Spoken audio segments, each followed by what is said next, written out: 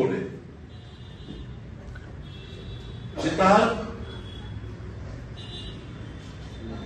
আরেকটি আইন প্রণয়ন করলেন পার্লামেন্টে, যার বিরোধিতা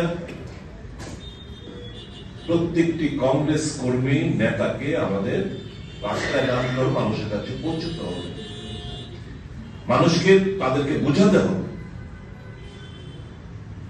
এবং যত বেশি মানুষের কাছে যাবেন এবং পাল্টা প্রচারে এরা নামছে আমাদের কর্মসূচি দেখে মানুষকে বিভ্রান্ত করার জন্য।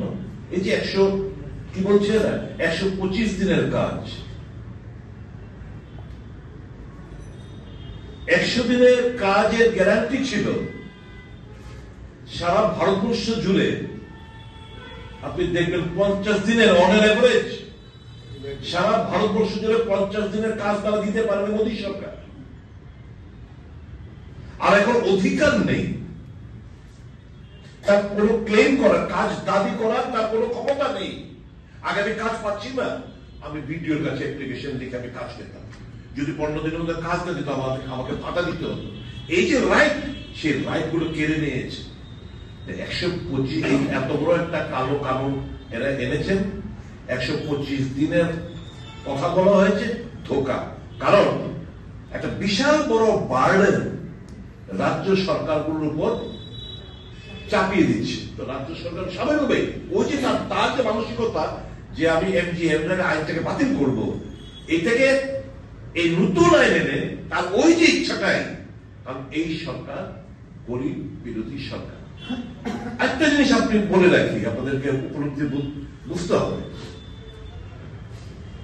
ইউপিএ জামানায় খাদ্য সুরক্ষা আইন, কাজের আইন, শিক্ষার আইন, স্বাস্থ্যের অধিকার, এই বিলগুলো যখন ঐতিহাসিক জনকল্যাণমুখী এই বিলগুলো, এই আইনগুলো আনছিল, এই যে আজকে যারা ভারতবর্ষের শাসন ব্যবস্থা করছে একজনকে সামনে রেখেছে ঠিকই, কিন্তু দেশের কন্ট্রোলিং ভারটা কার হাতে? আদানি আম্বানিদের হাতে। Narendra Modi is a puppet in the hands of একটা কাঠপুতুল আদানি এবং আম্বানির হাতে।